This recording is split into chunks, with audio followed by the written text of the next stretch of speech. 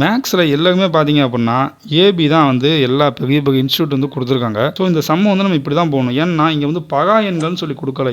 ஏ மற்றும் பின்றது பகா எண்கள்னு சொல்லி கொடுத்தாங்கன்னா நமக்கு ஏபின்னு வரும். ஓகேங்களா? வணக்கம், உங்கள் செவிசை அகாடமி. குரூப் 4 எக்ஸாம் நடந்து முடிஞ்சிருச்சு. எல்லாருமே நல்லா பண்ணியிருப்பீங்கன்னு சொல்லி ஒரு நம்பிக்கை இருக்குது. இந்த வீடியோவில் நம்ம இந்த எக்ஸாமில் கேட்ட கொஸ்டின்ஸில் கிரேஸ் மார்க் கொஸ்டின்ஸ் பற்றி பார்க்கலாம். அட் த சேம் டைம் மேக்ஸில் ஒரு கொஸ்டினுக்கும் தமிழில் ஒரு கொஸ்டினுக்கும் ஆப்ஷனில் டவுட் இருக்குன்னு சொல்லியிருந்தாங்க. ஸோ அதை பற்றி நம்ம தெளிவாக பார்க்கலாம். வீடியோவை ஸ்கிப் பண்ணாமல் பாருங்கள். ஓகேங்களா? ஃபஸ்ட்டு கொஸ்டின், அந்த டவுட்டான கொஸ்டின் பார்க்கலாம். கீழ்காணும் சொல் வழக்கினை வரிசைப்படுத்துக. இதில் ஃபஸ்ட் ஆப்ஷன் கரெக்டுன்னு நம்ம எல்லாருக்குமே தெரியும். செகண்ட் ஆப்ஷன் தப்புன்னு சொல்லி நம்ம எல்லாருக்குமே தெரியும். ஏன்னா மங்களமான சொற்களை மாற்றி மங்களம் இல்லா சொற்களால் குறிப்பிடுதல் மங்களம் சொல்லியிருக்காங்க. இது தப்பு. இது அப்படியே இன்வெர்ஸ் ஆகும். தேர்ட் ஆப்ஷன் கொஞ்சம் நல்லா கவனிங்களேன். ஒரு சொல்லுக்கு மாற்றாக மற்றொரு சொல்லை பயன்படுத்தும் வகை மங்களம் இடக்கடக்கல் ஆகியனவாகும். இதை புக்கில் வந்து நம்ம எப்படி கொடுத்துருக்காங்க?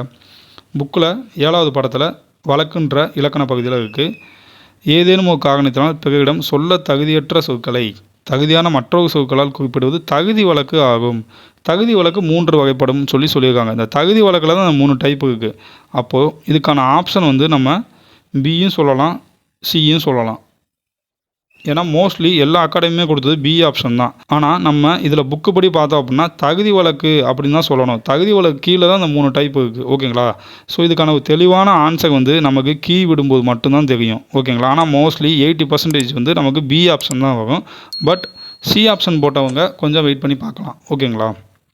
ஏன்னா ஒரு சொல்லுக்கு மாற்றாக மற்றொரு சொல்லை பயன்படுத்துவது தகுதி வழக்கு. ஓகேங்களா? தகுதி வழக்கில் தான் அந்த 3 டைப் இருக்குது. ஸோ இதுக்கு நம்ம கொஸ்டின்ஸ் கிளைம் அதாவது அப்ஜெக்ஷன் ரைஸ் பண்ணும்போது நமக்கான வாய்ப்புகள் வந்து கிடைக்கும். ஸோ மோஸ்ட்லி இந்த கொஸ்டினுக்கு அப்ஜெக்ஷன் நம்ம ரைஸ் பண்ணலாம். ஓகேங்களா? செகண்ட் கொஸ்டின், கிறிஸ்துவின் வகையை அறிவித்த முன்னோடி. இதுக்கு புக்கிலே இருக்குது திருமுழுக்கு யோவான். ஓகேங்களா? இந்த கொஸ்டினுக்கு ஆப்ஷன் பி தான் கரெக்டு. பட் யோவான்றவங்க நம்ம அகலப்பன்னு சொல்லலாம். ஓகேங்களா? ஸோ அப்போ ஏவும் போட்டவங்களும் வெயிட் பண்ணி பார்க்கலாம். இதுக்கான ஆன்சர் வந்து ஏவும் கொடுக்கலாம் அண்ட் பி ரெண்டுமே சேர்ந்து கொடுக்கலாம். ஓகேங்களா? ஸோ வெயிட் பண்ணி பார்க்கலாம். இந்த கொஸ்டினுக்கு நீங்கள் ஏபிசிடி எந்த ஆப்ஷன் போட்டிருந்தாலுமே கரெக்டு தான். ஏன்னா மனோன்மணியத்தின் கிளைக்கதை சிவகாமியின் சகிதம். ஓகேங்களா? சிவகாமியின் சபதம் எழுதுனது நமக்கு கல்கி. ஓகேங்களா? கல்கி. அப்போது இதில் எது சகின்னு கேட்டிருக்காங்க. ஆப்ஷன் 1 வந்து எல்லா ஆப்ஷனுமே இருக்குது. ஓகேங்களா? அப்படின்றக்கப்ப நீங்கள் எந்த ஆப்ஷன் போட்டாலுமே உங்களுக்கு மதிப்பெண் வழங்கப்படும். நெக்ஸ்ட்டு, தமிழ் மொழியில் நவீன இலக்கியத்தினை தொடக்கத்திலேயே செழுமைப்படுத்தவன்னு கேட்டிருக்காங்க. இந்த கொஸ்டினுக்கான ஆன்சர் 90% நமக்கு புதுமை பித்தன் தான் வகுவாப்பில். ஆனால் தொடக்கத்திலேன்னு சொல்லி கேட்டிருக்கிறதுனால நமக்கு பிஎஸ் அமைய வகுவதற்கான வாய்ப்புகள் இருக்குது. ஸோ இந்த கொஸ்டினுக்கான ஆன்சருமே நமக்கு கீ விடும்போது தான் நம்ம வெயிட் பண்ணி பார்க்க முடியும். பட் 90% வந்து நமக்கு புதுமை பித்தன் தான் கரெக்டான ஆன்சர். இந்த தொடக்கத்திலேன்ற ஒரு வேர்டு கொடுத்துருக்கிறதுனால நம்ம இந்த தொடக்கத்திலேன்ற ஒரு வேர்டு இருக்கிறதுனால நம்ம பிஎஸ் ராமையா அவங்களுமே நம்ம கன்சிடர் பண்ண வேண்டியதாக இருக்குது. ஸோ இதுக்கான ஆன்சர் வந்து நம்ம வெயிட் பண்ணி பார்க்கலாம். ஓகேங்களா?